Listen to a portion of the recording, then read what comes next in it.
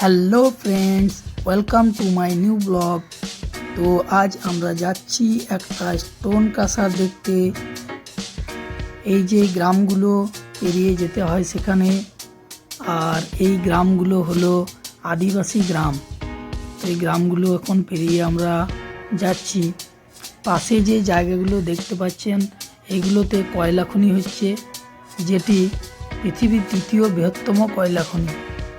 আর এই যে ক্যাম্পগুলো দেখতে পাচ্ছেন এগুলো ফোর্সদের থাকার জন্য করা হয়েছে। তো বন্ধুরা, আমরা সেই কাসারটিতে এখন চলে এসেছি। কাসারের আওয়াজটি আপনারা শুনুন।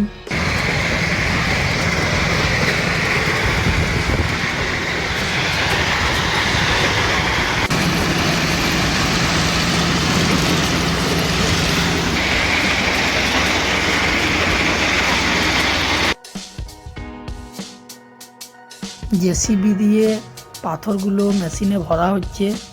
বিভিন্ন সাইজের পাথর তৈরি করার জন্য এই মেশিনের মধ্যে ঢালা হচ্ছে পাথরগুলোকে।